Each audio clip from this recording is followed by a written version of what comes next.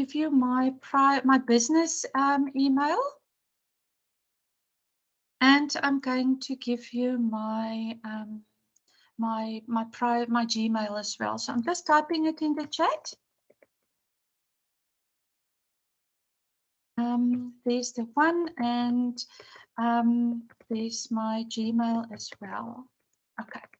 If you send a message to me, rather send a WhatsApp, because it's quicker for me to, if I send the WhatsApp, then I immediately can go and look at the email.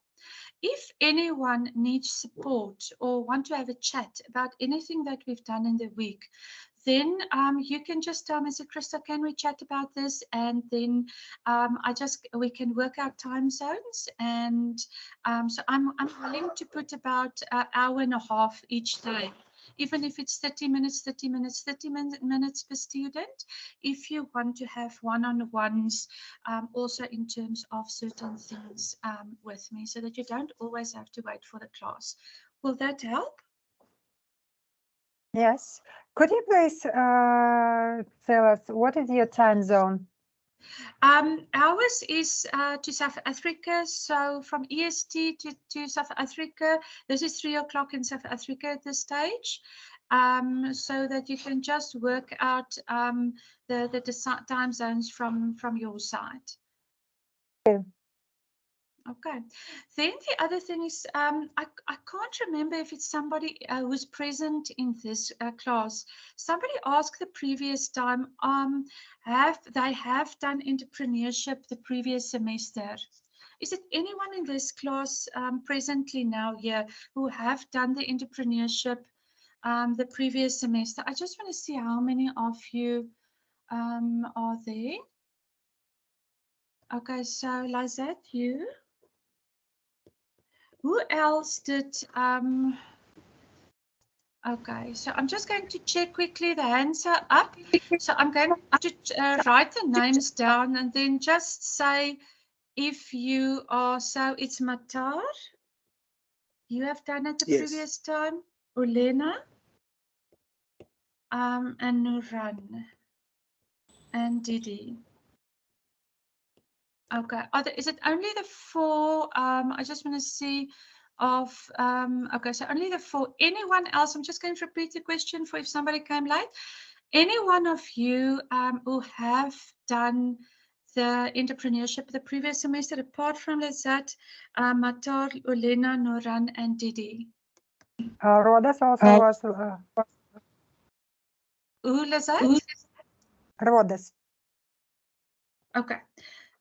So what the university has asked me to do is they have sent me a link on Wednesday of the slides of the previous semester. So what I'm going to do this coming week, I'm going to work through all those slides. I'm going to map the 2 courses to see what has been done there and what is in there, so that if there is a duplication, the only thing that I cannot take out for people who haven't done it is the finance part.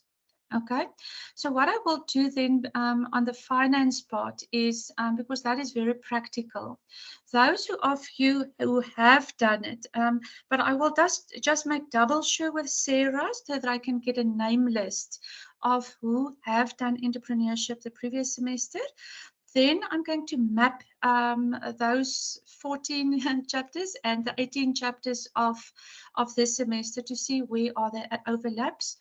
Where there are overlaps, they have given me carte blanche to redesign the course in a way that you don't have to do a repeat on that. On the only ones with finances, I will then need to see what have you done on finance, so that I can, because my background is finance and I also lecture to other institutions for the MBA's finance. So I have amazing content on finance. So for those, then I will develop new content so that there is not a repeat. But even if I need to give for those of you who have done it, additional exercises that there's no repeat on that. Okay. So I'm going to try my best, but it's a good challenge. It's just I need a week extra to go through through all the materials and to map it across. Okay. So before we... Hello, Professor. Can you hear me? Yes, Rodas? Did you request anything from me? Because I was having connection problems. But I heard someone mention my name. Lizette has mentioned your name. So did you request anything from me? What I've asked the class, so anyone who hasn't, so I have 5 names here: Lizette, Matar, you, Rodas, Didi, Nuran, and Elena. But I also will check with Sarah just to make double sure that I haven't missed a name. I've asked who of you have done entrepreneurship the previous semester, and your friend Lizette has said Rodas has done it.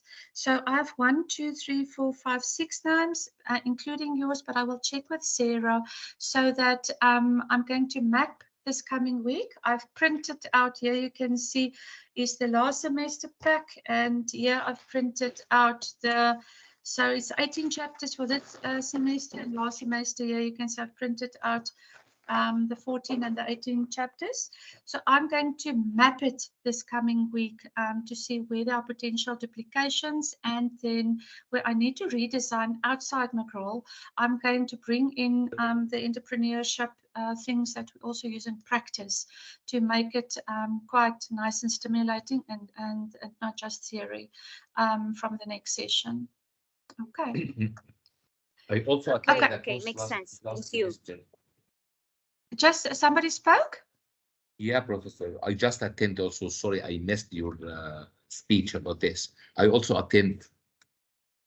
I attend the entrepreneur in the last semester, Ashraf. Okay, Ashraf, I'm writing it down.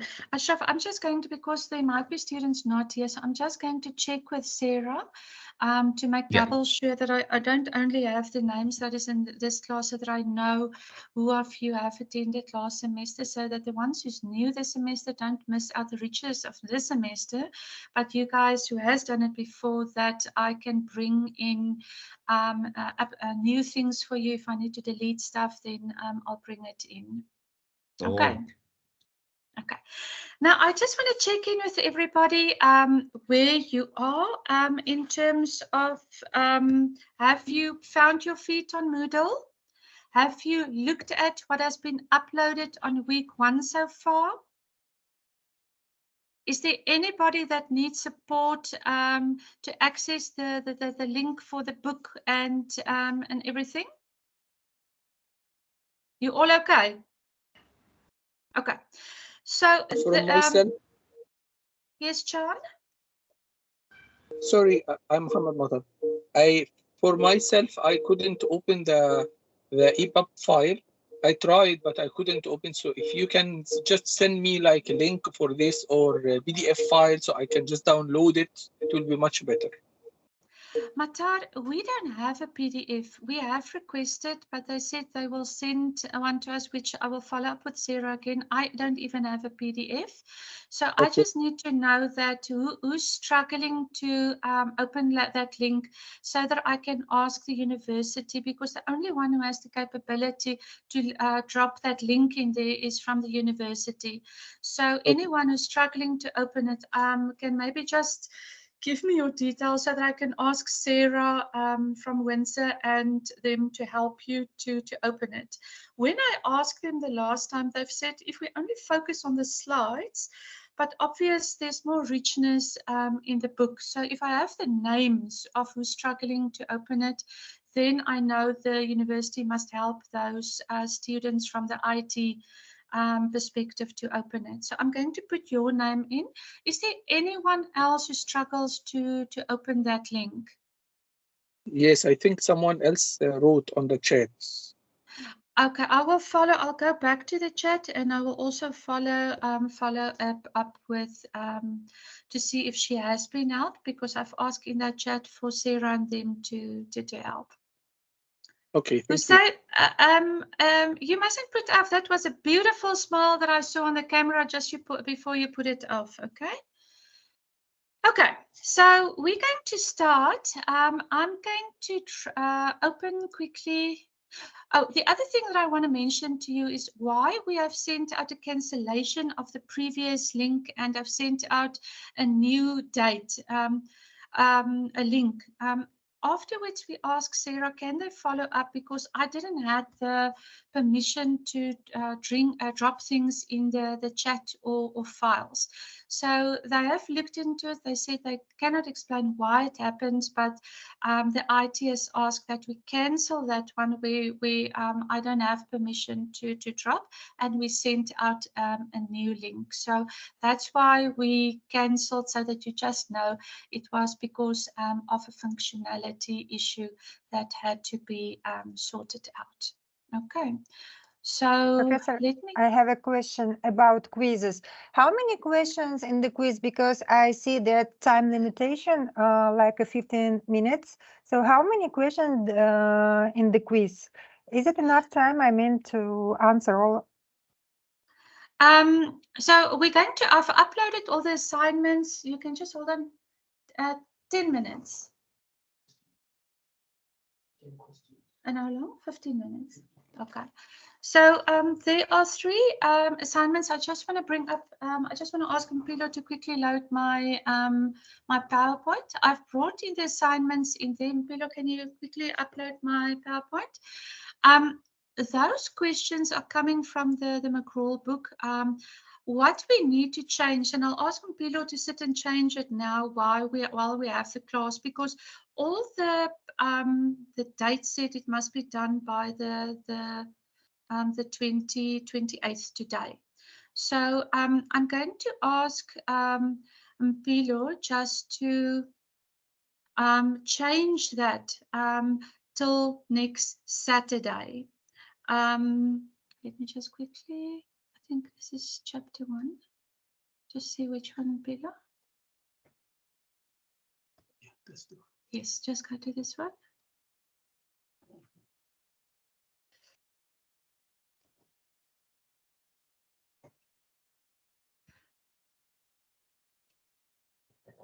Okay.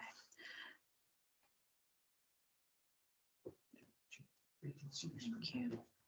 Okay, so on that one, can you all see in front of you the slides slide share? Yes. Okay, so on those questions is I'm going to get through it. I've brought all the assignments in here, which I just want you to take it through it. I just want to see if this is the right one Mpilo has uploaded. Yeah, it's the right one. So the first thing is just, can you see in front of you, it's the grading scale? No. It's an attitude toward thinking and learning survey, and that's it. Okay. This is a different slide. This one is like assignments. No, that's not the one. I was just taking it over to my screen.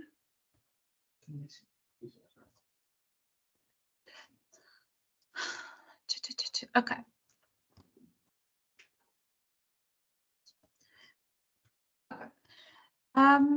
Okay, can you see in front of you now the grading scale? Yes. Yes. Okay, yes. so after the session last week, because we took the one that was in the document given to us, Sarah then has indicated to us, no, that was the wrong sliding scale. I think it was 2 professors, myself and another professor. So they've asked us to update this one to you. So for the course, it's going to be, if you get below 70, it's fail. Now, I don't want anybody to fail. So I don't mark like what is in the book. I really go into what are you bringing from your perspective as well. So I'm going to make it as easy as possible for you. I've given you the structure last week. I'm going to work out a new structure with you for you this week. After I've mapped the 2 courses, I'm going to work out also for you like a little dashboard to say, okay, so if you need to get below 70 and they want to divide this for quizzes, this for exams, this for that, I'm going to make a very, very clear dashboard for you this coming week so that it's easy for you to follow. Then I'll also break it down for you to say, okay, to get to the 70, you need to have at least in this, let's say in the quizzes, this, in the exam, this, and that portion, that, so that because you're all very, all of you are working full time, you're busy and you don't want to go and struggle and find stuff. So my coming week is going to sort out everything and make it very easy for you. If there are any concerns or worries, or you have something with family, or you have a problem responding to a deadline, please send me just a WhatsApp so that I myself and Apilo, we can see how can we maybe make it the assignments, make it a few days later or a week later for you as well. So I really want to make it as easy as possible for you. So this is the one, so if you want to take a screenshot, but after this class, we're going to upload, tomorrow's Monday, we're going to upload this as well, but, and I'll also drop the PDF of the presentation to you as well in the chat. So let me quickly see if I can do, still not, I can't drop anything yet. Okay, so we'll sort it out with Sarah. Any questions on the grading before I go on? Sorry, Professor, can you please drop it in the WhatsApp group? Is it possible? On the what? WhatsApp? Okay, on the WhatsApp? Yeah. Okay, so can I drop it for you guys there?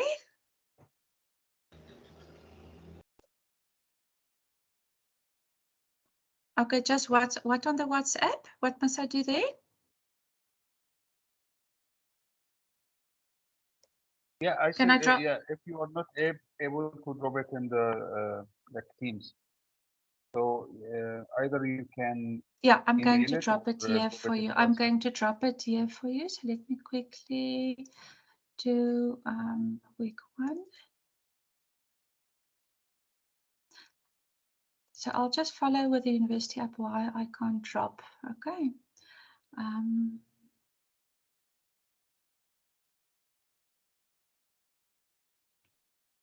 me just quickly go to Windsor. My semester.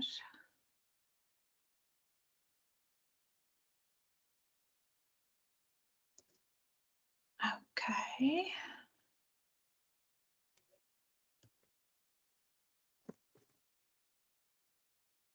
I'm dropping it there. I'm just writing a small business admin.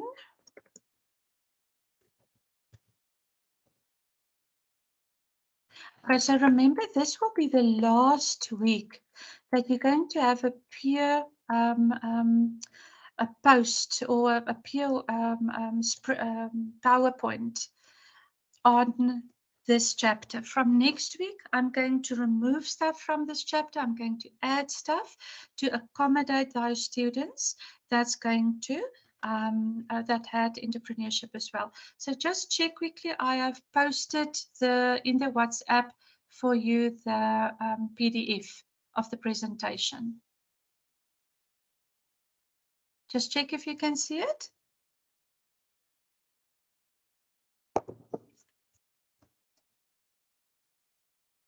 Can you all see it? Yes, Okay, I got so it.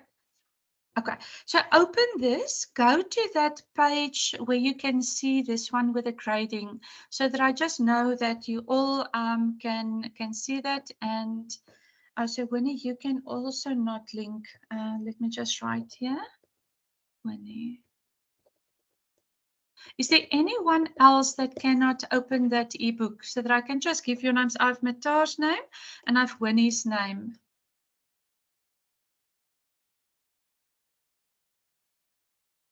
Okay. So those are the points. Those who want to go for a plus or A minus in the top corner, the top block, you know, you need to work to get a 3.67.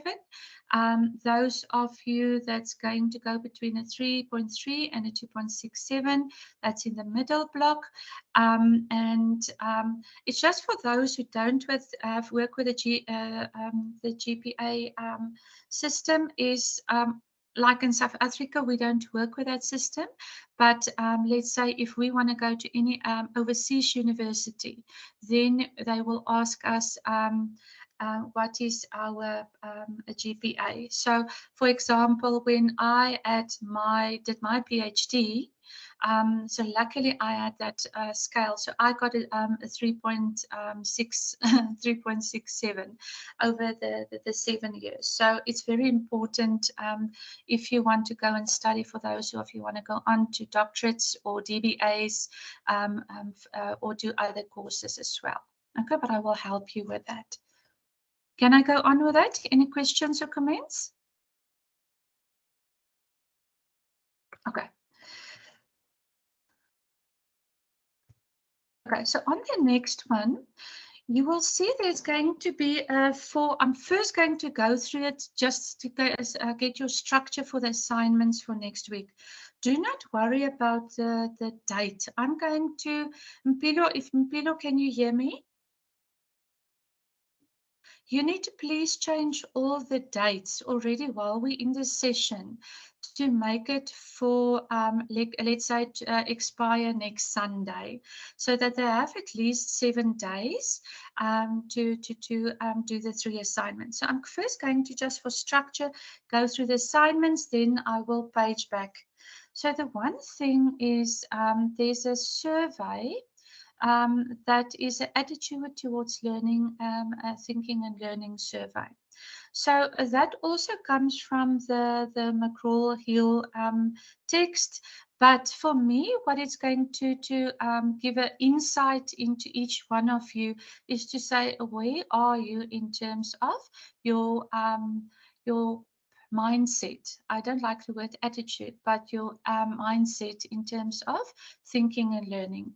What is important is what these tests is like garbage in, garbage out, and it's only as valuable as you have honestly answered it in that moment. So if you were sick and you didn't want to do that survey and you're just going to choose certain things, that is that's why the value that we only get from surveys is what we put in it. So truly answer it as honest as possible. There's not a right or wrong thing. The moment you submit the survey, I will work out the marks for each one. But the moment you submit the survey, you're going to get your mark for submission already. So it's not going to be you get lesser marks, you've submitted, and therefore you will get your mark. And those I will work out tomorrow and then drop in the group as well. Then the second thing, I'll come back to the other slides. There's another survey. This is this one in terms of your attitude. That's the first assignment. So that I just go through all the assignments with you, and then we'll go back to the chapter slides. So this specific one is going to assess to say how open are you towards critical thinking? So the question is focused on critical thinking, creativity, and lifelong learning. There are 20 questions there. There's not a, as far as I remember, there's not a time limit to that one. So that is a quick one that you can do. Then the second assignment is a longer assignment. Also coming from the text, which is called the Entrepreneurial Self-Efficacy Scale. This one I'm going to go through you as we've done through the first slide. Okay, so I will go through that with you in the time we have now together. Then the third assignment is, I just want to quickly go to that assignment. Okay, there's only one forum where you need to discuss. That is the entry competencies. So on this one, I have highlighted for you in the middle, but I'll also go through it with you later in the session again. I just want you to know, so the first one is a quick survey. The second one is an individual assignment. This one specifically is a forum. So by Wednesday, you need to have, you must do a post. And normally we do it around 200 words. Okay, and then by Friday, by Saturday, just so that we can give you an extra day, is by Saturday you need to respond to another student forum in terms of critical thinking. Where you agree or not agree, but always remember kindness is in posts is very important. So I'm going to go through it again with you. Then the last, I think that this is the last one where I think the question was around. This is also the guidance given from the text. It's a 15-minute and the pass rate is 7 out of 10. And that's just a quiz so this one obvious in terms of the quiz is your marks 7 out of 10 or 8 out of 10 will then pro rata calculate to the actual calculations or the actual grading system. So after each chapter, there will be a chapter quiz in terms of this one. You can have 2 attempts to do this. If you feel that the 15-minute, I'll just check with them for Pilo if the 15-minute is set by them. Otherwise, I don't really, for me, it's not important whether you take 15 minutes or 30 minutes. So I'll just check with them, Pilo, if we can make it longer. For me, it's not about the time limit. For me, it's about the learning reflection that you can get from that. Okay, so are there any questions? I know we haven't gone through the detail. It's just I've listed there were 4 assignments, an individual survey. There's then another survey, a group forum, and then the end of chapter module. Are there any questions around that? Is a week enough for you? I just would prefer that we finish as we go into a next chapter that we've done with the previous chapter work. Yes, I have a question. Yes, please. When I looked into the week 1 end of module quiz, okay, I found that it is giving me it's overdue. And it's Sunday, which is today, 11, I mean, like 12 a.m. So I don't know why it was overdue, although we did not even start. Should I answer it before no, we do? No. Should I read no. answer? No, okay. I'm going to ask him, Pilo, he's my IT person. I'm just going to ask him to make the due date for next Sunday. Okay, because when I logged in, I found it overdue, so I started answering it quickly. No, don't stress. And I passed already. It's okay, because it was asking about entrepreneurial. Yes, I got 110 out of 10 because it's just it's talking with me about the entrepreneurial, and I have just finished it last semester. So the question was little bit. I got it from my overview about entrepreneurship, so I passed in this quiz, but I was a little bit astonished that it is overdue before we start. That's it. So this was my question. No, perfect. I just want to quickly, Pilo, can you come online? Can you put your mic on? Good morning, everyone. And those who are in South Africa, good afternoon. Hello. Pilo, So Mpilo is my IT whiz. So Mpilo, will you, while we sit here, change the due date to next Sunday at midnight?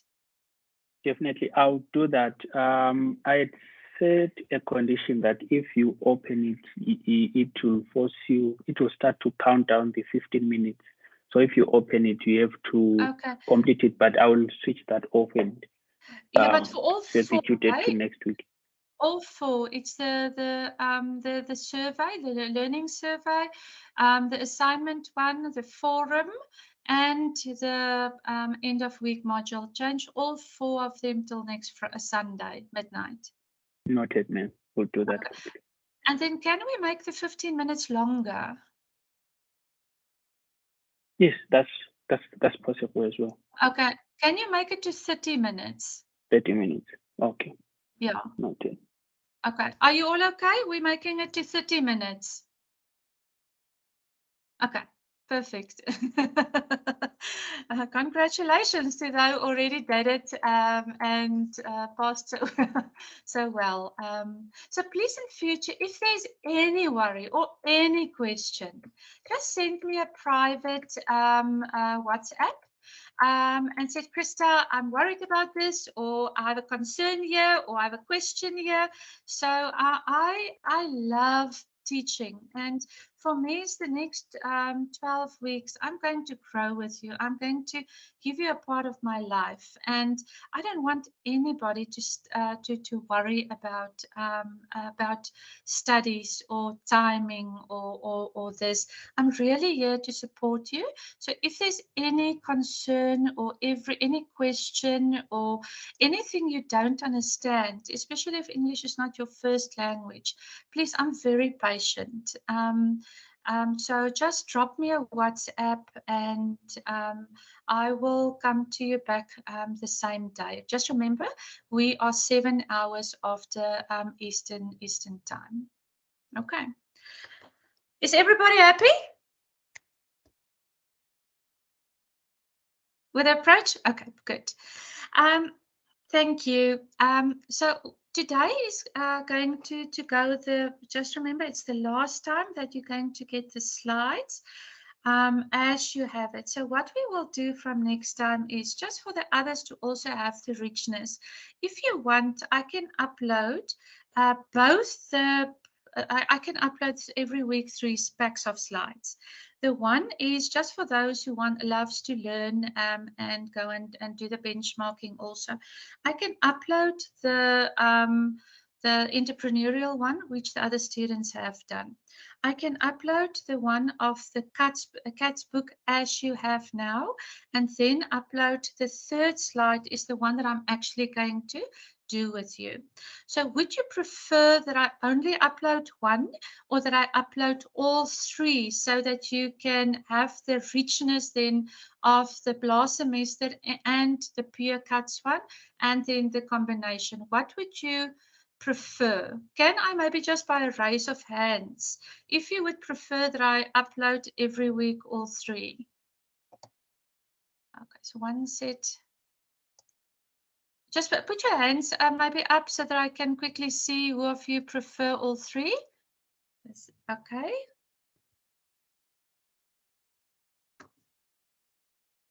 Which one are we going to be tested from? This week, I'm going to, obviously the first module is coming from the CATS one, but the one that I'm going to test you on thereafter is the one that I'm going to make a combination between the 2. That's what the weekend modules will be. But the practicals is I'm going to bring in other things on entrepreneurship that actually is more benchmarking things we use every day in entrepreneurship. So those I will bring into the practicals. But the end of the week, actually, it's a very good question, which I haven't finalized yet. I'm going to test you on the one I'm going to design.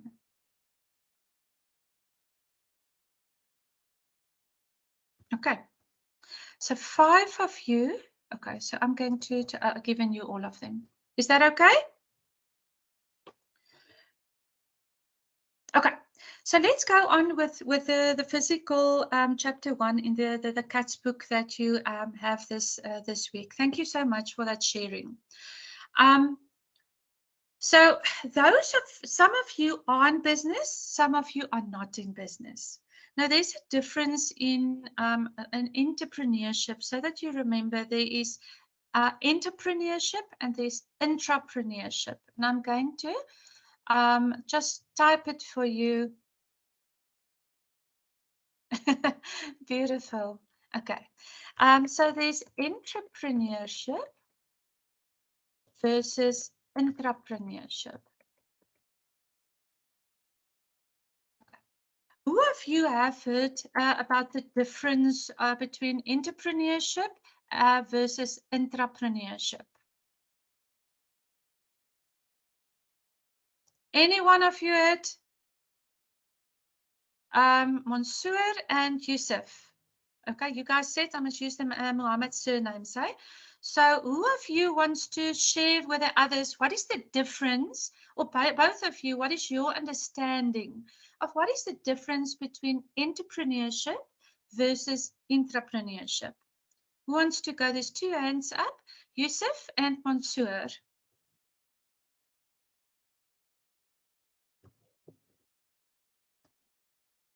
Yusuf? Is your hand up for to volunteer? What's the difference between the two?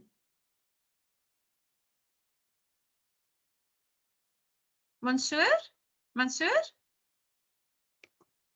Yes, Professor, I'm hearing. So, if I'm yes. not incorrect, I think the difference is that entrepreneur starts his or her own company, Yes. whereas an entrepreneur works at a company started by somebody else. So I think Yes. this could be the difference. Beautiful.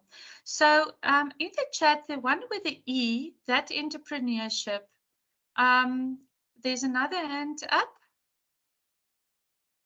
Hussein, did you wanted to share? Yes, I think entrepreneurship is the person who start his own company, and entrepreneurship is that the person who works at this company that someone else founded. Yes, beautiful, beautiful. Mansoor, did you wanted to give something different on that? No, Professor, it was just that. Okay, beautiful. So an entrepreneur is like you all. Yes. So does this mean that the entrepreneur is like an employee, right?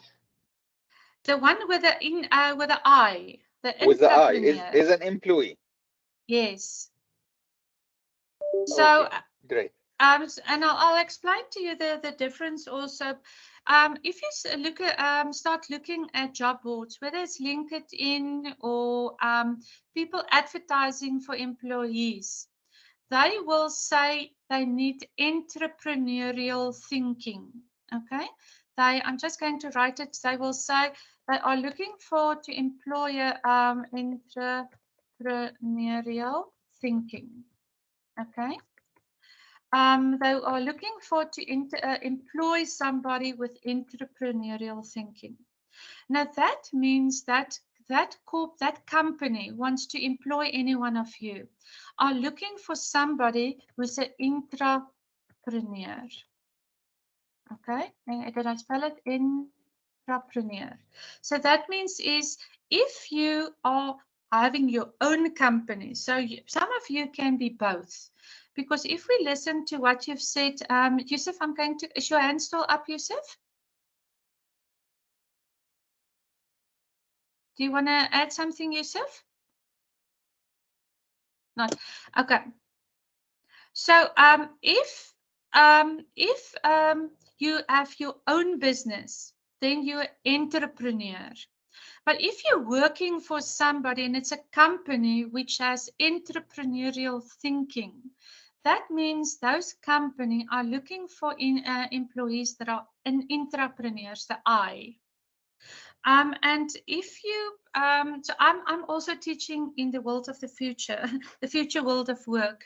So I'm teaching on a lot of stuff, from systems thinking to design thinking to a lot of other things. But when we work with teams and we teach them in terms of the future world of work and what is needed from employees in terms of the future world of work. One of the things is, so where you hear critical thinking, design thinking, systems thinking, innovativeness, creativity, all those characteristics that companies are looking for in employees, that falls under being they are looking for entrepreneurial thinking. And that means that company actually are very entrepreneurial, with an I. Some of you have your own businesses. We've gone through it last week. Some of you have your own businesses, but you also work for other companies. That means those companies are so fortunate to have you because you have a natural characteristic that you are bringing into your corporate, into your company, which is entrepreneurial thinking. So that means you are both an entrepreneur in your own business and an entrepreneur in the company where you are working with. Do you all see the difference between the two? Okay, so that means also when we do, so I think this course is going to become a combination between entrepreneurship and small business administration if we put the two together and think outside the box, even if it's called small business administration. So don't only think about the next 12 weeks in terms of just small business administration. Also think about how do you take these concepts and bring it into your business, in your corporate way, where you are working as an entrepreneur, and bring the entrepreneurial thinking into your business. Any questions or comments on this? Yes, Professor. Could you please clarify if I am entrepreneur? So I have a labor agreement with company, or it's a contraction kind of providing services or something like this? Okay, so let's say you're not working for that company. You are a service provider. Ah, okay. Thank you. I just want to clarify. Mm-hmm. I understand. Thank you. Okay, so if Lizette, are you the one last week who are working with a lot of small entrepreneurs? Yes. Okay, so remember there are three things in three chains, if I can put it like that, in your specific business focus. You in the middle working with small businesses, but you also working with bigger businesses. Am I right? Yes. Okay, so you are an entrepreneur working with entrepreneurs. Okay, but because you're a service provider to a company, you are the entrepreneur. So let me, because it sounds so similar, you are the entrepreneur. Okay, but anyone of the people on the course who is an employee, they're not a service provider, they're an employee or even an independent contractor to a corporate that is, let's say, working like an employee. They will be an entrepreneur if they have developed that thinking of an entrepreneur. If they are working on that entrepreneurial thinking. Does that make, I know it sounds very similar, but does that make sense? Yes, thank you. Okay, beautiful. Any other questions or comments on this? Okay, so if we go to the slide here, then you can see, those who follows it on the PDF is, They are from the CUTS textbook. They say there are basically 4 key ideas for starting entrepreneurial small business. And I would love also, Lizette, you working with entrepreneurs, your insights of what you find. So I'm going to go through it and then we're going to discuss it. So the first one is, and that's why you're going to do that survey to determine where are you in terms of do you believe you can be an entrepreneur? Those who are not entrepreneurs but entrepreneurs, you must answer it from that perspective as well. Because whether you want to be in a business one day, but you're in a corporate now and you have the entrepreneurial thinking, it's still the same thing. Do you believe you can do it if you're already an entrepreneur? And if you're not yet one, is do you believe you can become one in future? And that is referred as self-efficacy. And that is why you survey is one of the assignments, so that you can get that feedback, but also that's going to give me some insights, how to support you through this journey. The second one they say is, and I would love for you to give me your definition of success after this discussion. They say planning plus action equals success. We're going to come back with that now. The third one, they say help helps. Now, all what that means is if you have a mentor, whether you're entrepreneur or entrepreneur, mentorships help. And I'm going to come back to this as well to say, do you have a mentor, whether you're inside the organization or having your own business? And then the fourth one is, I love that, is do well, do get good. And that's going to be linked to what we're going to talk about, the CSI, the Corporate Social Initiative. Now, for me, is in the world we live, is they also refer it to, do you have a spirit of generosity? Are you giving back to communities around you? And that's what is it, do well. That means is if you are successful, do good to others. Then the table below where they just say the feel, I want you to make a note there, is that's actually passion. The feeling is, and we're going to come to the other part of entrepreneurship, is you get those entrepreneurs that come from opportunity. That's in one of the other slides. There's an opportunity and they start being an entrepreneur. Then you get entrepreneurs where they do it from necessity. They don't have another option. They need to put food on the table. And what is it that they can do? But then either one of, doesn't matter which one of the two, whether it is from opportunity driven or necessity. If you don't have a passion for what you are doing, whether it is as an entrepreneur or as an entrepreneur, the doing becomes difficult.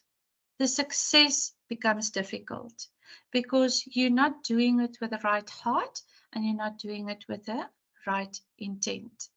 So I want to check in quickly with you. I want to check in quickly with you to say, what do you believe? They say here, planning plus action equals success, whether that's an entrepreneur or entrepreneur. What is your definition of success? And not long sentences. If you can say A plus B, like here, planning plus action, what would your definition be of success, whether as an entrepreneur or as an entrepreneur? And Lizette, I would love for you to share as well from your experience with entrepreneurs, small businesses as well. What do you see as the definition of success? That my definition of success, it's calculation, planning, and action. because sometimes, it's a part of my job to prove people that they can be entrepreneurs, because sometimes they feel a lack of skill, sometimes they don't understand, do they have enough money and so on. And during finding the field of their passion, let's say, and calculating properly, and after scheduling all the actions, we can get success. So I think it's the first finding a proper field, then it's a calculating, planning, and action. Beautiful, beautiful. Thank you so much for that sharing. Yusuf?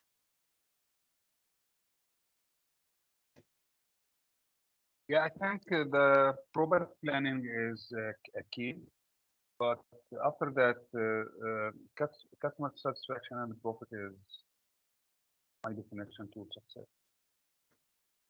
Okay, beautiful.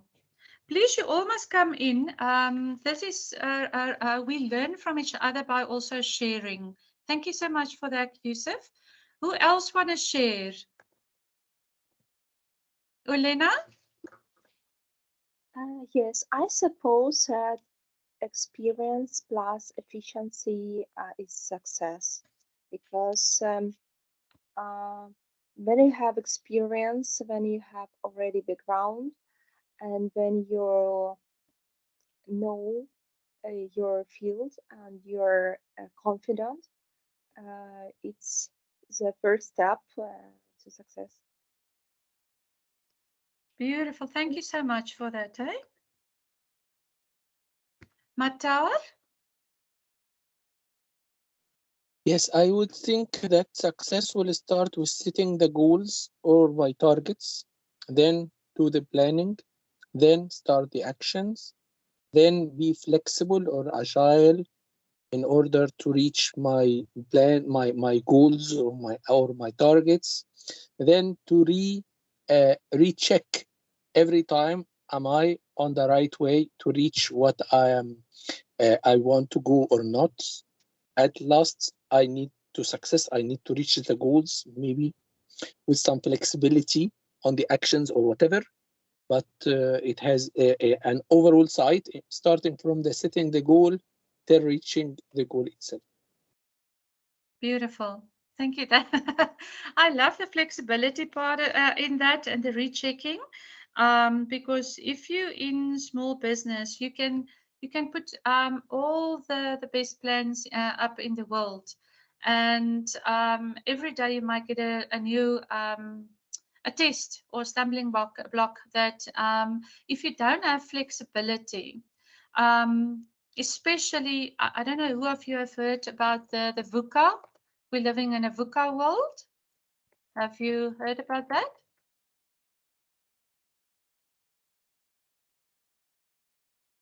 Yes. Okay. So who wants to share with the others what the V, the U, and the C, and the A stands for? V, volatile, and U, uncertainty, and complexity, and ambiguity. Beautiful. This is indicate for this a lot of changes in nowadays business. Beautiful. So could you all hear, or must we type it just in the chat? I'm just typing it quickly. I think I made a spell uncertainty here. And C A. Okay, I've put it in there so that's something you really, especially those in the corporate world as well, that people, if you start, you will hear a lot about we living in a VUCA world. And when we also work with teams in terms of the future work of world, is we do everything around the how are you going to not survive, going to thrive, into whether there's volatility or uncertainty and complexity and ambiguity. small businesses, and Lazette, you can also come in here, is small businesses experience that every day, especially those who have started with from a necessity point of view. Instead of an opportunity point of view. That means opportunity, like when I started my consultancy in 2011, a big bank has asked, Christa, can you come and do research for us for a year on supply development? I had an opportunity. But also I had a necessity because I had 2 special needs children and I couldn't pay all the fees, what is it, the therapies just on a salary. So I had to create extra income. That's why some people will have the opportunity of businesses, but still stay in corporate, but also there are some other form of necessity why they also say yes to an opportunity. Okay. Then I want to ask you on this, who of you have mentors? Whether you in a business or in a small business, who of you have mentors? Yusuf. I'm sorry, have what? Have what? Sorry? Mentors. I'm going to Mentor? write it here. Yeah, mentor. Mentor, there's someone supporting or something like that, or helping, or a mentor is somebody where which can be take a different form. The one is, let's say you can go and sit with someone and soundboard. They won't judge, they won't criticize, but they can share their experience to say, don't do that. If you from their experience, that would have worked or that wouldn't have worked.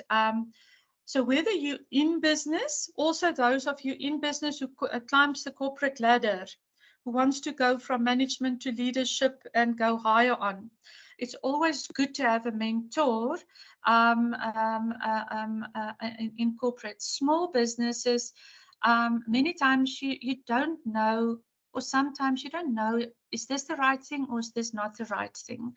Then you, let's say with Lazat, with small businesses, they can go and sit with us. Some you pay, some pay for you, and some you volunteer to say, okay, I give you X hours of my time in a month.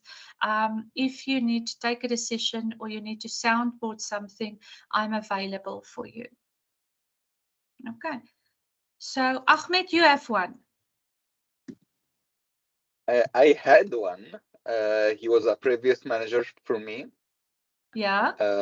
I would go to him either for issues related to work or issues related to my personal life, and he would give me his wisdom, his insight, and I really learned from him. I still like remember a lot of what he taught me.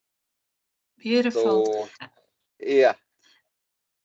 What Ahmed mentioned is for a mentor is, and that is helps. Okay, is Ahmed used the word wisdom, but also and he also mentioned that both his work and his personal life. Now that asks for trust. So if you go into whether in entrepreneurship or entrepreneurship, that whether you're in a corporate or in a small business, it's good to have somebody, a mentor who you can go and talk to. Helps. So those of you who don't have it, if you're in small business or in entrepreneurship, it's good to have one if you can find the right person, because trust is key so that it don't turn around and backfire to you. Trust is non-negotiable in mentorship because then helps. Okay. Any questions or comments that you wanted to give in terms of the importance of mentorship?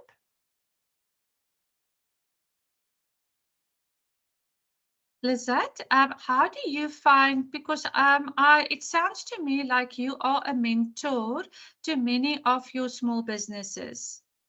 Yes, mostly I'm like a mentor, but for myself, I have some, let's say, friends and former colleagues who are also entrepreneurs now. And when I have some difficult cases, I usually ask some advice from, and I take consultation by myself from them if I feel that I need more deeper knowledge, let's say in finance or auditing or something like this, I can take some consultancy by myself. So I don't have a pure mentor for myself, but I very often use the knowledge of people who is around, who are around me, and sometimes usually even by consultancy or take new courses, you know, like Yes. 3-4 months courses to update my knowledge, to be more on time and so on, to look how world changed and which new tools I can use during my job. Beautiful. Is that is made a very important, you said formal or informal mentor? It can be both. It really can formal or informal. It really can be both. Or what the importance is to find the right person. Olena? Yes, I also wanted to share my experience that as I'm mostly working as an analyst at my consulting company. Um, However, I have accreditation also as a mentor, and there are a couple of projects where I mentor salespeople. Um, like after monitoring the certain metrics, we can see the results of the teams. So my role is to mentor and guide the people to increase their skills. Wow. Wow. Thank you so much for that. Very impressed. Okay. Then I want to, okay, so the first one is, remember, this is the one that I've gone through it. Can you see on my screen there, attitude towards learning and thinking and learning survey? Yes. Okay, so remember, this is just, it's 20 questions. There's no time limit. This is just for you. So once it's done, I will look at it this week as well. And with your permission, then if you're okay, I will just drop maybe a WhatsApp. Are you all okay if I load you as contacts on my phone, so that if I need a little comment to each one of you, that I can send you a WhatsApp? Are you all okay with that? Okay. So then, Lizette? I want to say that it's okay from my side. Okay, thank you. So then don't get afraid if you see Christa sent you a message. I just want to then quickly say, okay, this is what I found. And then there's no positive or negative in that. It's just a quick connection with a little feedback that I will do after also assignments with you. Okay, and then if you want to ask any question or respond, you're more than welcome. But I prefer to do that not in the bigger group, but rather on a one-on-one basis. Is there anybody who would prefer not to have that I don't do that? Then I don't do it with everyone. I don't want to make anyone happy about that. I just believe in a personalized approach in terms of learning. Is there anyone that would prefer that I don't do that? Then I know I don't send it to specific people. Nobody? Okay, but if you're always welcome to message me afterwards. Okay, then on the next one is, then there's also on on the slide where you've seen bullet 1, can you see they believe in that you can do it, referred to as the self-efficacy?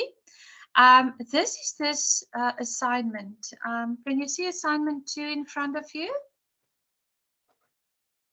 Yes. Okay, so this is also a scale that is just going to identify, under the first bullet, you can see I've highlighted there.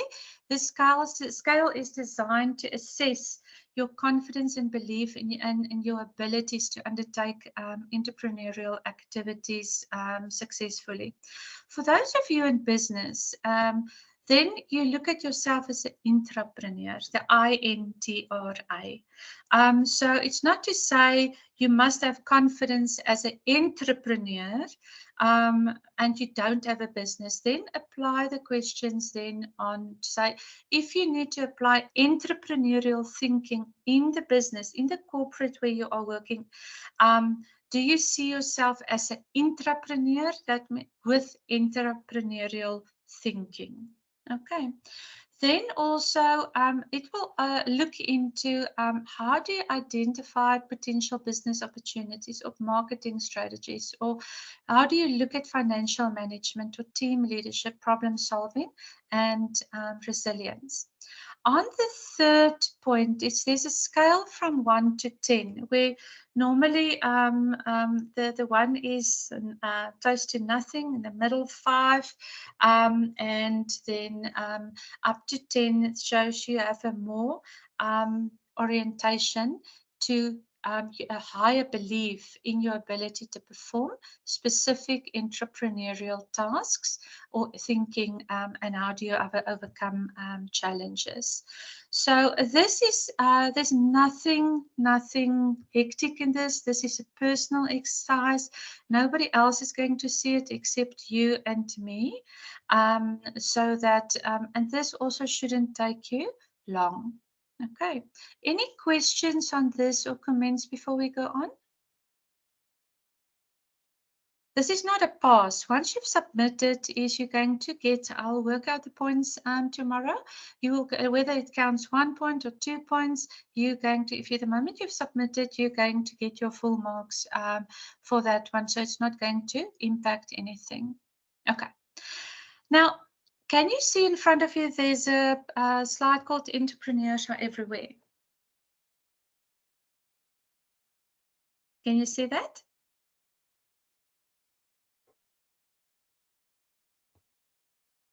Yes. Yes? Okay. Yes. So this we already have discussed. So all around us, there are entrepreneurs. I'm even talking about, I don't know in your countries, but we have entrepreneurs of, we call them gogos, but that's like grandmas, the older ladies who sit next to a taxi rank, when they sit next to the road, and they may buy millies, or they may sell sweets, or so they're not a registered entrepreneur. But they saw opportunity on that corner to go and sell that. And yes, it's a combination of opportunity and a necessity. But those are still entrepreneurs. They get up in the morning, they bring their money home, and they can put food on the table. So that's why whether you're in a corporate, whether you work in a firm, and you have no business, but you have entrepreneurial thinking, you are an entrepreneur. So remember, it's all around you, whether you work in a business or not. Yes, small business owners, those are referred to as self-employed entrepreneurs. Okay. The word, so that you just, those who have entrepreneurship, this will be, I'm sure you would have done that. So that's why my promise is from next week, you're not going to have a repeat. But this week, we're still doing the first chapter of the current book. The terminology of somebody who started a business or a non-profit is called the founder of the business. So you'll even see on business cards, the person will write CEO/founder. So I have founded a non-profit called the Difference Maker in 2012. Therefore, I will be listed also in South Africa. It works like that. When we register the company, somebody must be listed as the founder. That's how it works with our business registrations in South Africa. Then you get other type of entrepreneurs that that are family businesses, and they might not be the founder, but the families have started it, and it's going over from one generation to another. Then the second last bullet, the bullet just on top of the red, is another role in entrepreneurship is also referred to as the owner manager. That means is especially with small businesses, many small businesses don't have the money, or their business is not big enough to scale, that they do have to have a lot of employees. So the person is the owner, is the manager, is the employee, is the social media manager. So those where you both the owner and the manager is referred to in entrepreneurship or small business as the owner manager. Any questions or comments on this before we go to the next slide? Yes, I have a comment. In one of the podcasts from Simon Sinek, he said that we can teach people how to start businesses, how to run companies, but it's not the same as to be entrepreneur.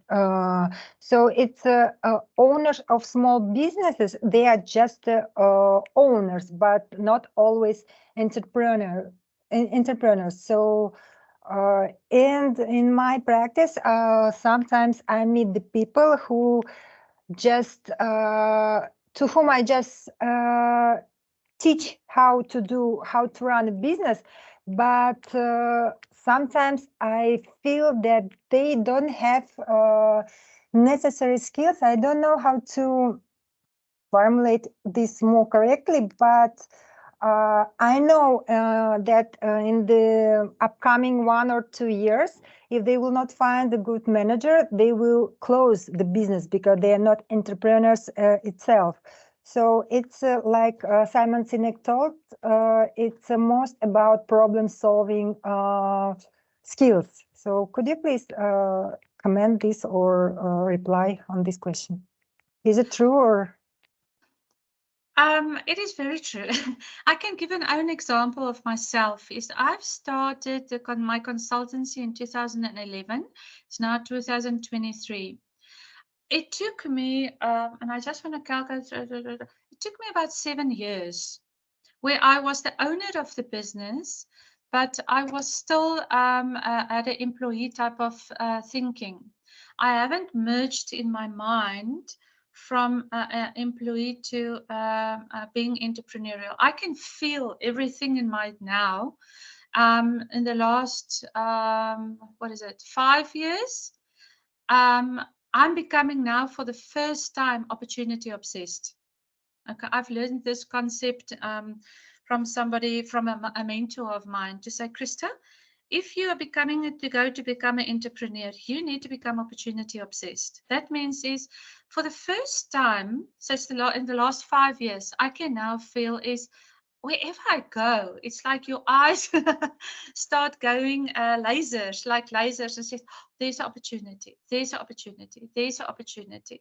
So I can feel in my own mind, I've never had that. For the first 7 years, I was a business owner, but I was so risk averse. And once you've overstepped that mindset, and that's why the surveys also, I'm going to do the survey myself to see how I've also changed this. Once you've overstepped that mindset from being an owner to an entrepreneur, it is just a different journey you are stepping into. So yes, that is very true. Somebody's hand was up. I'm not sure if it was Yusuf or Matar. Yusuf, was it your hand? I just like the way Matar. you were talking only. I sent you like. I like the way you're. Thank No you. more. Thank you. And let me tell you, I don't know about those of the entrepreneurs, maybe those entrepreneurs in the group, you're just successful, but I've lost financially twice everything. And but I've become a better entrepreneur thereafter. And there's not you can study every handbook on earth. You can do every course, but in the end, the decisions we take are the school fees we pay at the end of the day. So I'm not sure if everybody in this group are just successful entrepreneurs, but for me, success also means that I don't see it as failure. I've learned there's 100 other ways how can you can do it differently, and don't repeat your first choices that didn't work. Okay. The entrepreneurs in the group, can I ask, are all of you just successful, or some of you also struggled, went through learnings as entrepreneurs? You're all just successful. Learning, for sure.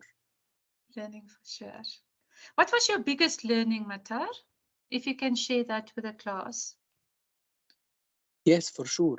Because I have started a small job, or I have shared some of my colleagues a small entrepreneurship, and it took me 2 years studying the market, and I was just, first of all, doesn't have the enough experience to judge if they are talking only or they have the right experience to start the entrepreneurship.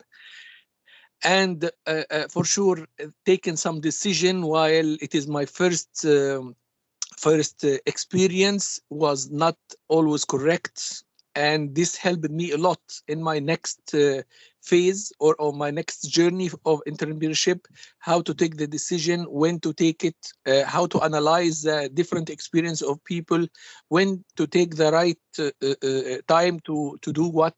So it was all full of experience and lessons, I have to say. Beautiful. Thank you for that. Okay, so the other two that I wanted to share with you, this is not coming from the Cuts book, but can you see the screen in front of you, the 7 types of entrepreneurs? Yes. It's just this is not a it's just what I found is I see a lot of people around me that is, they call it the freedom seeker. It's somebody that really that cannot work from 8 to 5 or cannot work for a specific time, who cannot work for a boss. And for them, it's they need to have their own time. They need to be financially independent. And that's referred to as the freedom seeker. Then the other type of entrepreneur is the creative.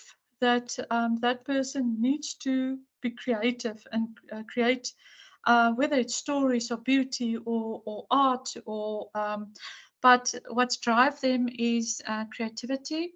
The other one is the opportunist. Now, truly, I have an amazing mentor, and I will write you the name. You can Google him.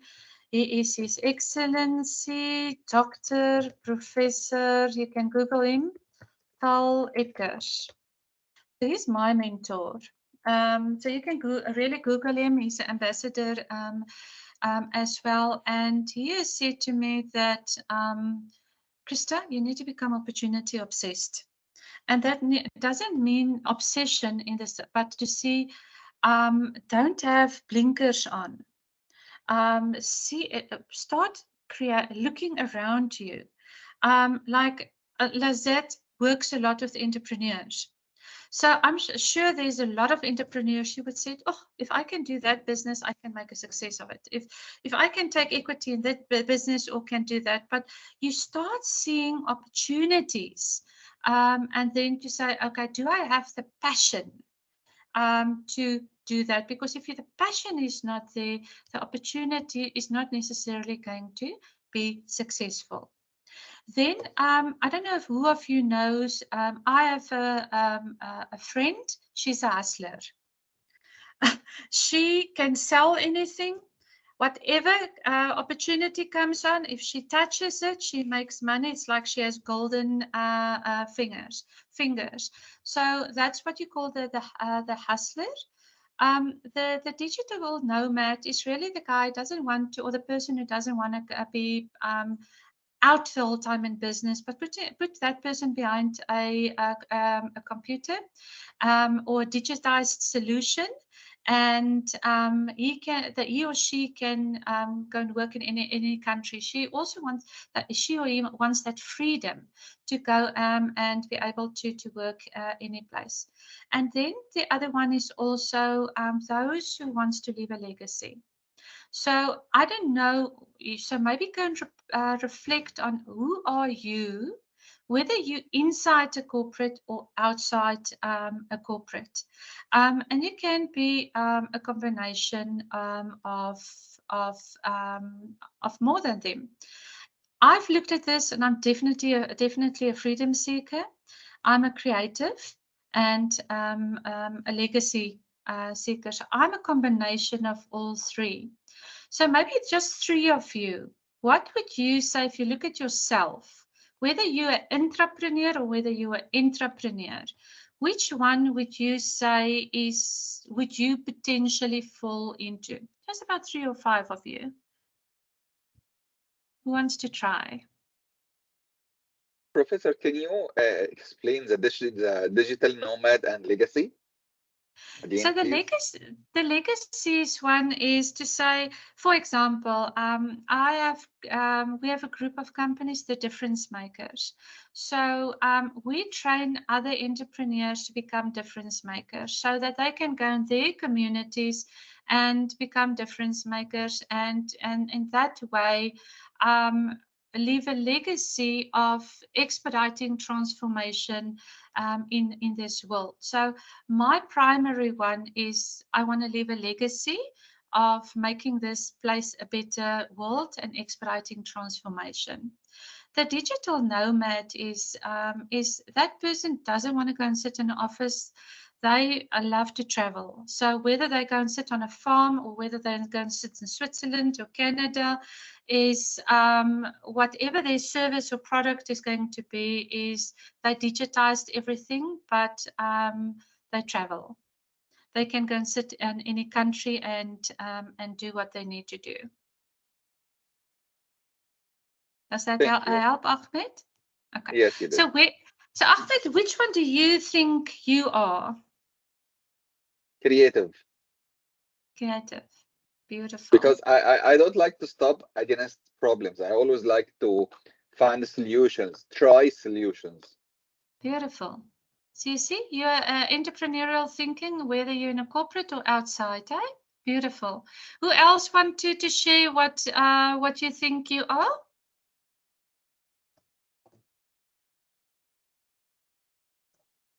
Let me ask who hasn't. Nuran, are you on board? Are you there?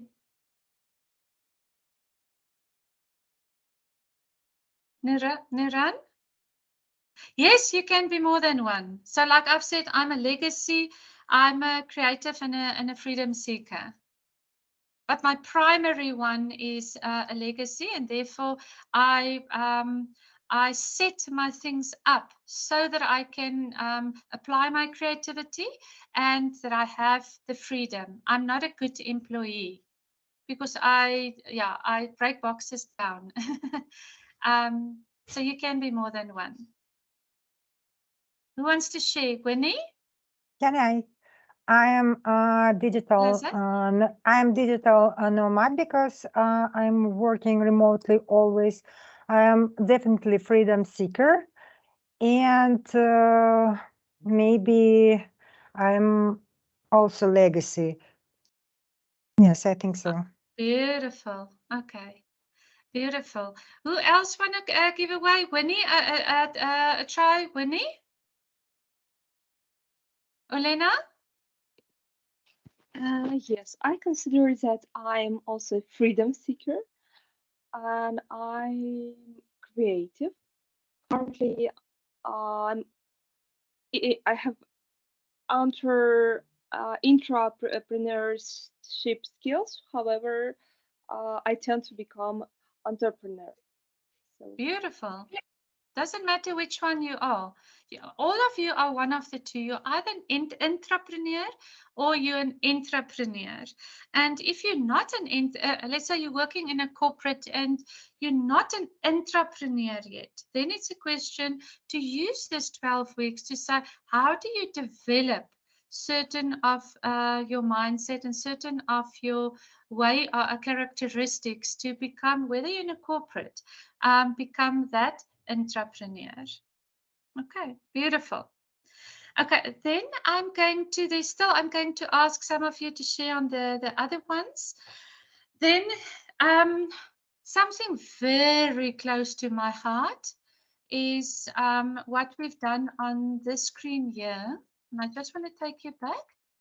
Is on this screen here where we say do well and do good. That one aligns to, and we're going to do more of CSI, also entrepreneurship. We're also going to do more of that in other sessions. So what I do not fully agree on the CSI entrepreneurship is with a statement here is that it only needs to be external to nonprofits or to small businesses.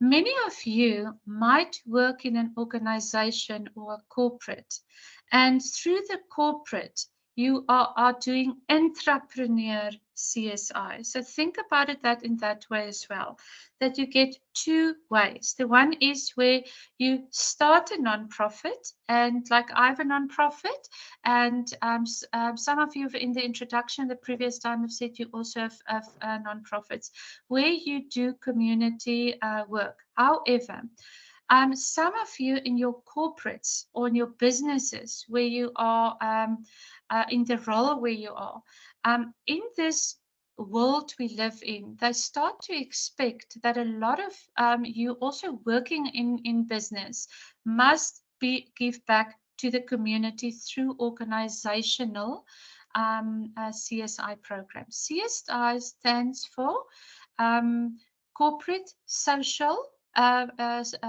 community. It can be either corporate social initiative or community social initiative, depending if you're inside the organization or outside an organization. In South Africa, they've replaced the word CSI in terms of legislation. They've replaced the word CSI with SED. I'll just put it in the chat for you. So in most of the corporates, they have replaced it with social. I'm just putting it in the.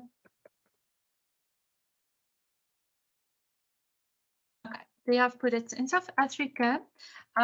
We have a legislation called Broad-Based Black Economic Empowerment, and there they've replaced all the words or references to CSI to SED, which is also socio-economic development. Those of you who work in sustainability or that knows anything about the GRI, global, just want to.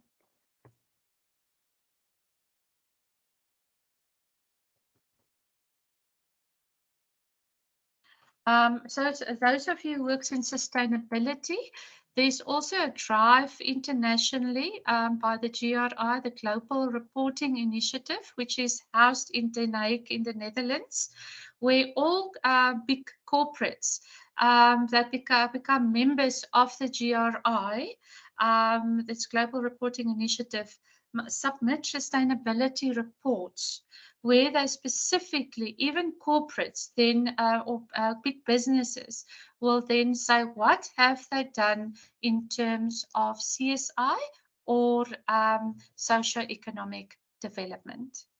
Okay, it's just so that you're familiar with both, but it means basically the same thing. It's just two terminologies. Okay, now who of you have nonprofits or through your corporates are involved in non-profit organizations or social ventures initiatives? Muhammad, Yusuf.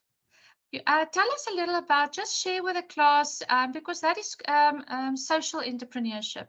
What are you involved in terms of the social, that specific social entrepreneurship initiative? Yusuf? Okay, so good morning, everyone. So in my company, like my corporate, we have both like social responsibility program. So we have like multiple activities, including let's say water recycling. So because we have a warehouse environment and we provide water bottles for the associates. After that, we collect those bottles and donate them. So we donate them to some organizations, like non-profit organizations. Also, we have Partners for Life program with the Canadian Blood Services. So we have champions in our team. So we, in cooperation with the Canadian Blood Services, we organize blood drives. Wow, So beautiful. this is with my business, and also for sustainability program, my organization is planning by like 2025 to have 100% energy like friendly, like green energy program. So by 2025, all our like buildings will be operated by green energy, solar panels, Beautiful. electrical cars, and so on. Beautiful. Other than that, I am a volunteer with the Muslim Association of Canada as a like a partner for Life Champion program also. So I organize blood drives with Canadian Blood Services. And I am emergency responder with the Canadian Red Cross. Beautiful. Anyone else? Thank you so much for that, Yusuf. Anyone else who's in a corporate, you work for an organization, but you are involved in a social or green entrepreneurship initiative? Let me just explain to you the difference. The social is really where you're involved with the community and people in the community, where the green initiative, green entrepreneurship, is also those of you who are in corporates, in strategic sourcing. So I work with corporates also in strategic sourcing, which some organizations use procurement, or let me just, or strategic sourcing. So have you seen that? So when the corporates still procurement, that means they're still very on the more basic type of procurement focuses. Some of you on corporates who are already involved in strategic sourcing. That means is you are falling internationally under organizations called the Chartered Institute of Procurement. Those level of world thinking. There's a question. Those on that level of thinking. So let me just get back to, you are gone now on my screen. Can you all see me? Yes. Okay. Yes, Professor. Thank you. So those of you are on in corporations, I'm just typing here, corporate entrepreneurship refer to entrepreneurship, but that means is just question in corporates, people the corporates will decide, but not as a small business, but as a corporate, they want their teams to be involved in doing good. So in that sense, you can name it social entrepreneurship from a corporate point of view. Good question. Then on the one that Yusuf has mentioned is, he said they are involved in green entrepreneurship. So what that means is a lot of organizations that falls under SIPS. It's the Chartered Institute. I'm just typing it here for you. Of procurement. That's global and supply. I've typed it there in the chat. So a lot of those organizations are start building in their procurement policies to incorporate green supply or green procurement. That is what Yusuf said. They want to replace the electrical cars, or in corporates, they're not going to buy plastic bags anymore, but let's say paper bags, or they're going to replace these things that's bad for the environment with other things. So as part of the procurement future as well, there will be a bigger drive towards green procurement, and therefore there's we must remember, if a corporate drives green procurement, they must buy those things from businesses, whether it is a big business or a small business. So therefore, the more smaller businesses that can fill already niche areas in terms of green entrepreneurship, they will already fill a gap in the market. For by the time the world starts driving the green procurement to align with climate change and environmental sustainability way more. So those are gaps that Yusuf and them have already seen that they are tapping into. Any questions or comments on this before we go on?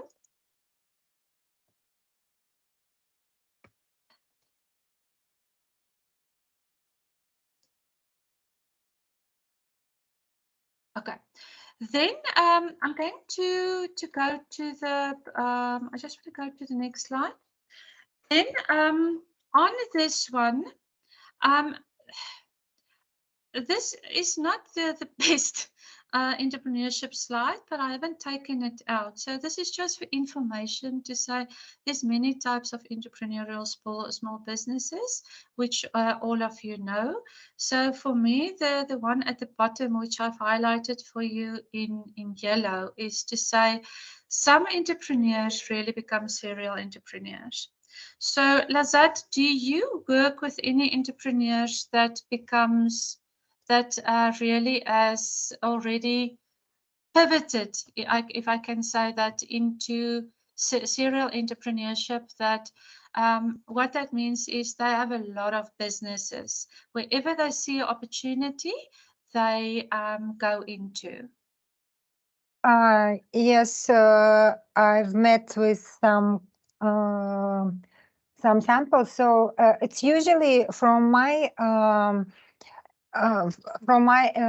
experience, people start some business, then they feel shortage in some services or some products, and they launch the second business to close the main problems of the first business. So, and sometimes they grow till the, I had one client who was a small seller after he started to grow to manufacture. So, and in the end, he closed all the steps from manufacture till delivery by himself, almost everything.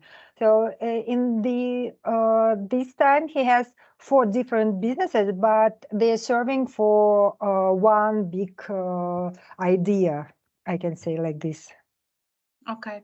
Do you have any of your entrepreneurs that are successful serial businesses, serial entrepreneurs? Only maybe a few. Okay. What makes them successful? Mostly the ability to delegate some work, usually, because if you want to be focused on everything by yourself, you will lose the control at all. And you have to have some people who can provide who can manage some part of business, and you should delegate some part of job. Otherwise, you will lose everything you have. Because if it's a very different type of businesses, you cannot be good in everything by yourself. You have to share responsibilities and to focus only on the questions which is really solving problems, but not every and each problem which is rising during the operational process. Beautiful. So anyone, what she has shared is very, very important. But I also want to just check, are there anyone else in the group that knows serial entrepreneurs that is successful? And what makes them successful?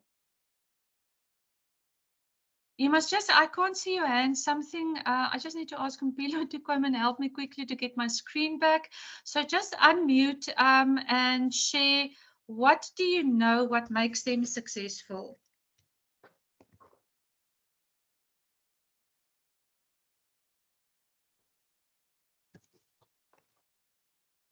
Does any one of you know any successful serial entrepreneurs?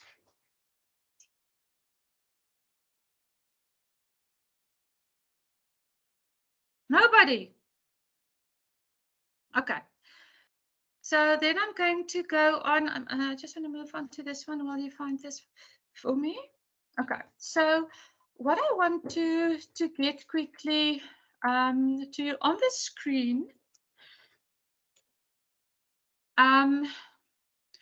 there's one item that I want to bring out for you here in terms of entrepreneurs and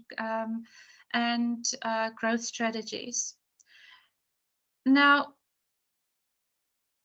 what do you think make the difference between a high-performing small business and a traditional small business? What brings the success between the two? Mpilo is just helping me to put my background. Am I gone? Yeah. Okay, thank you.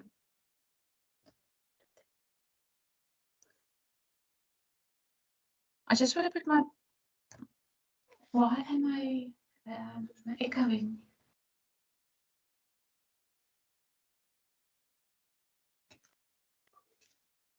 Okay, can you all hear me now? I'm still echoing. Yes. And when I joined twice. Okay.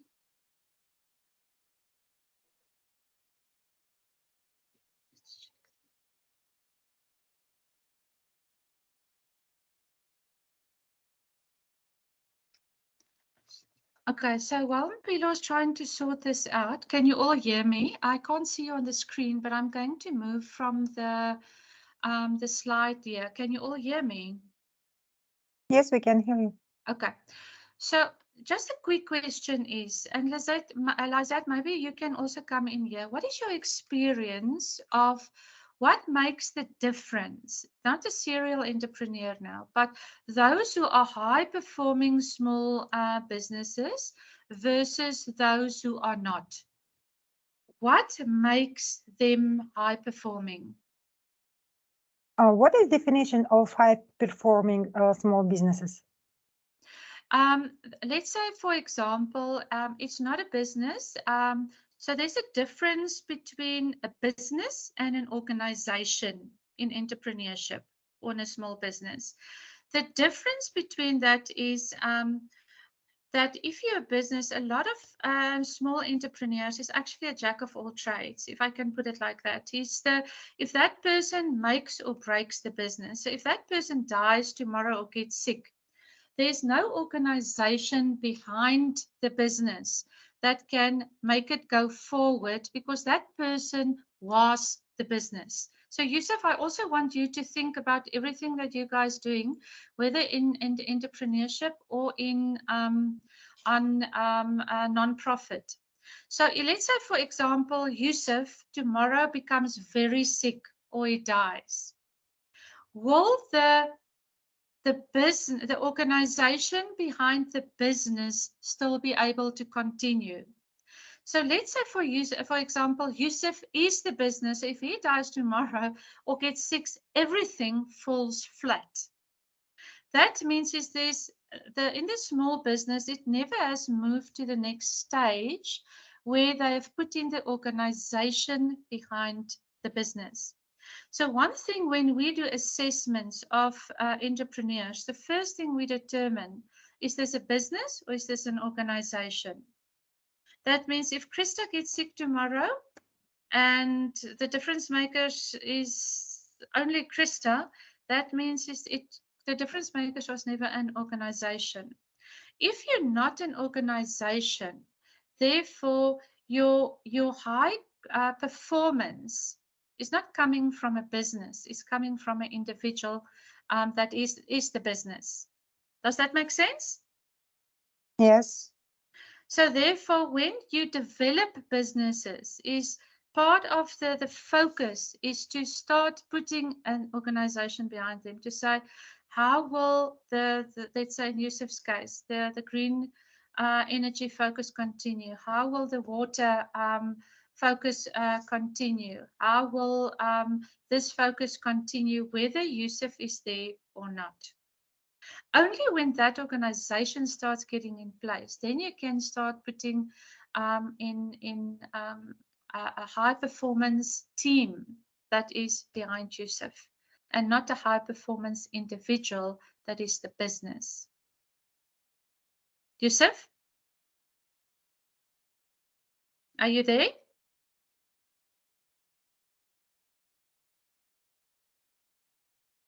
Yusuf, are you there?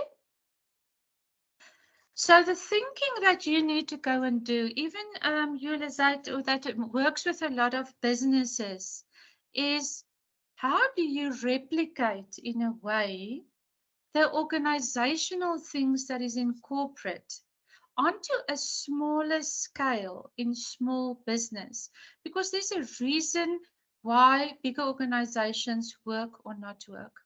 And almost all of them has started as small businesses. So how do you replicate some of the thinking and best practices onto smaller businesses? Are you all with me? Yes, actually, I think every business, almost every business starts like a small.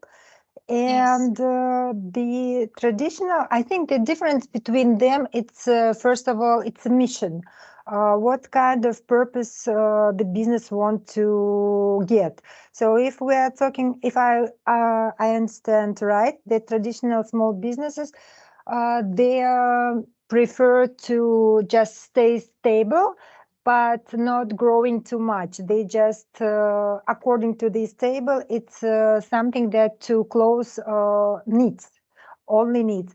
While high-performing small businesses, they are tending to grow very fast, and they are, as much as they grow, they need more people, they need more sources, and they are developing very fast. They have different missions. So let's say like growth for 10% each year, and they are trying to get this goal. So the main difference, I think, it's what kind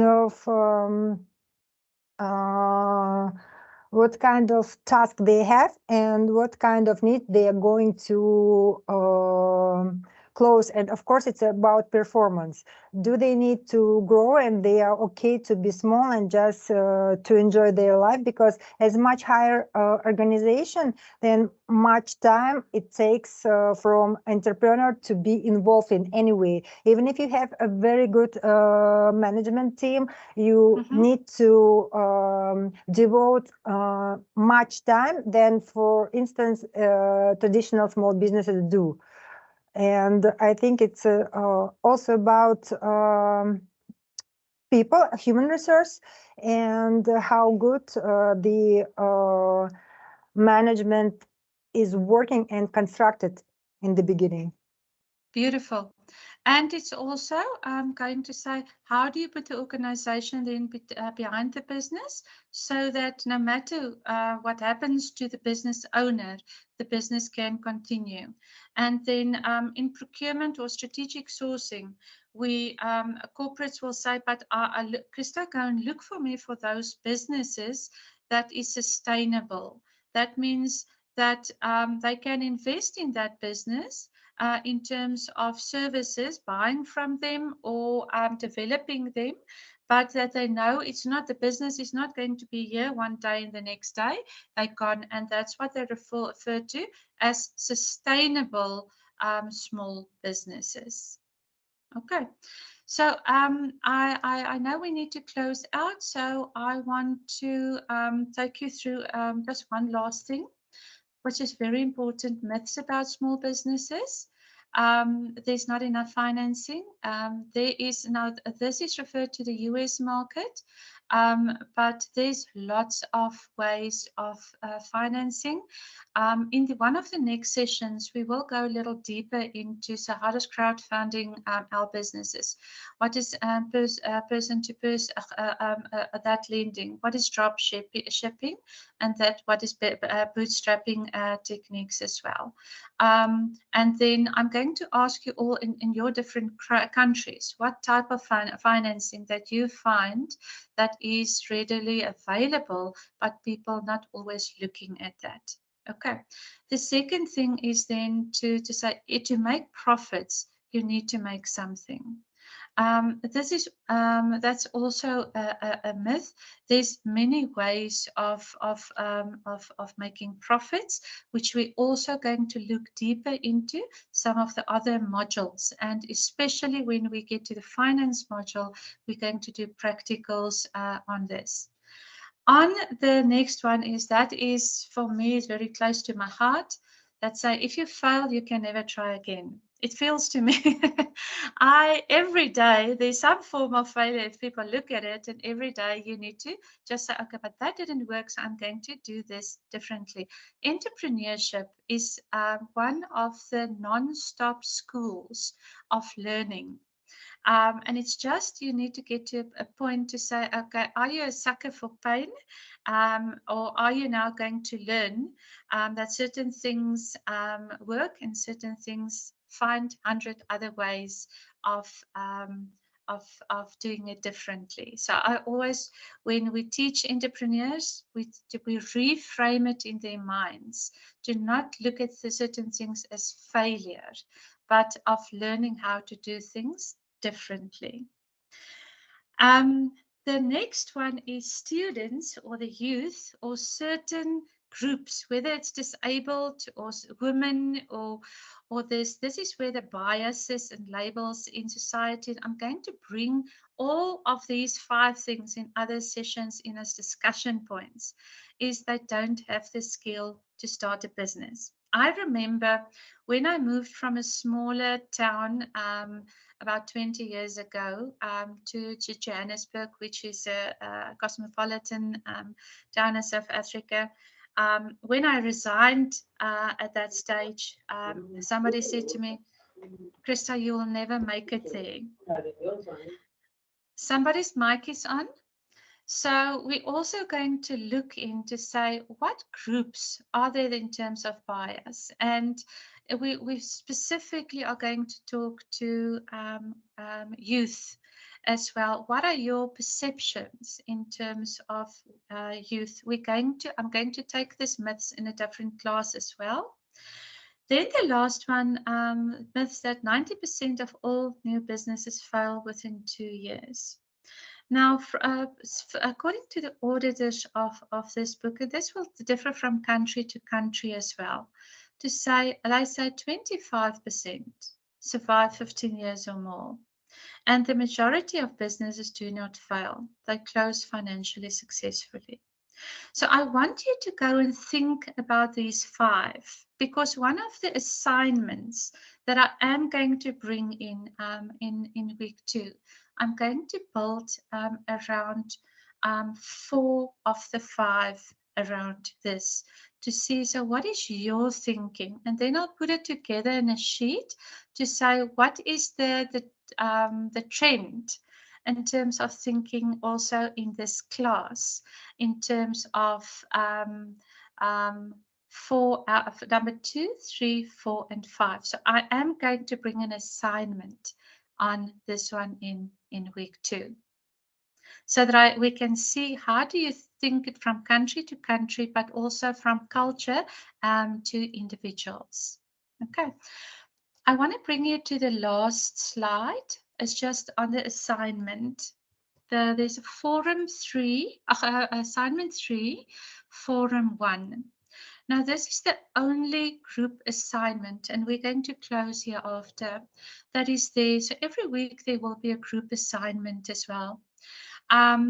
This is only, normally we do it 200 words for the first post. Okay. So what you're going to look at there is to say that I've marked it in yellow for you, is to share your insights on the competencies that you believe are crucial for entrepreneurs. And if you are not an entrepreneur, write it from an entrepreneur. I'm going to come back to you, Winnie, now. Those of you who are not entrepreneurs, don't have your own businesses, you write it, but from an entrepreneur. But then just make it clearly entrepreneur, so that the person who responds to your post or your post in the forum know that you are referring to entrepreneurship versus entrepreneurship.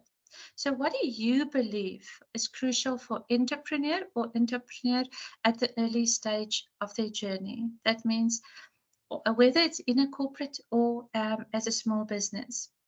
You must look at areas such as market research, financial management, and it doesn't have to be long. It's what you think, what you from your experience and your wisdom and walking your path so far have experienced. In marketing strategies, networking, adaptability, or leadership skills. So you can draw from your own experience or observations to illustrate the significance of these competencies. You then also can look at what effective approaches and resources can help individuals to acquire and strengthen these competencies. And you can use, so be very innovative and creative in this. What type of learning methods, training programs, or mentorship opportunities that you have found in your journey, whether it's inside a corporate or as an entrepreneur. Those of you who are entrepreneurs, please write it from that perspective, so that you can learn from those in corporate as entrepreneurs, but they also can learn from you as entrepreneurs. So if you are in corporate and you have a business, then write it from the entrepreneur, from the business perspective. On Wednesday, by end of Wednesday midnight, you write a post of 200 words. Then by Saturday, you respond to someone else's, one person in the class, to one person's post. Please don't respond everybody to the same person. Always make sure, if you see there's somebody who hasn't have a response to their post yet, to respond to them as well, so that everybody at least have one response. I will respond to all of your posts then by the Monday. Just give me 2 days. So by the end of the Monday, I will respond to each of your individual posts. Okay, so this week it's really fun posts, fun quizzes. So don't make it more than it is. If you want to ask me a question, send me a WhatsApp. Not necessarily in the group. You can, unless you want the others to learn from that. Otherwise, you're most welcome to send me a private WhatsApp. Any questions or comments before we close out?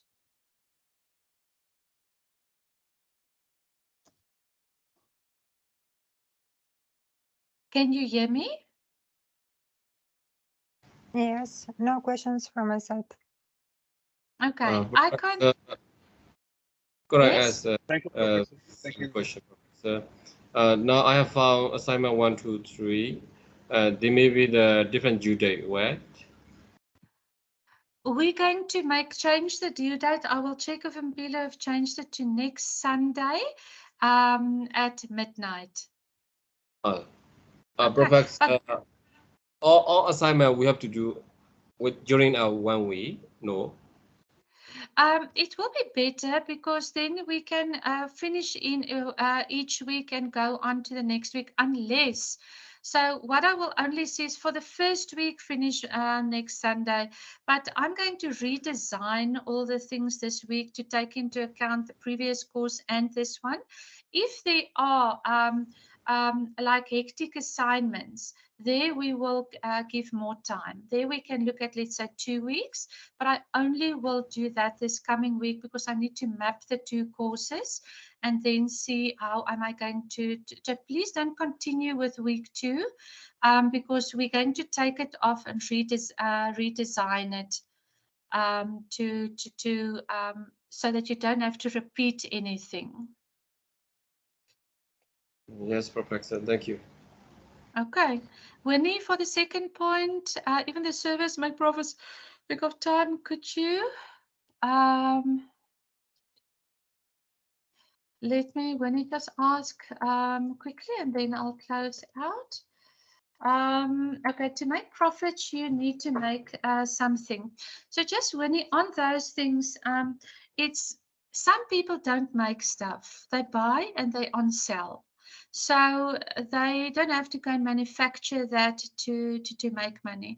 Other people like myself, I do training and I have a non-profit and we do consulting. So their time is you charge your time. What is your time, or you charge per course? But we haven't manufactured or made anything to make a profit.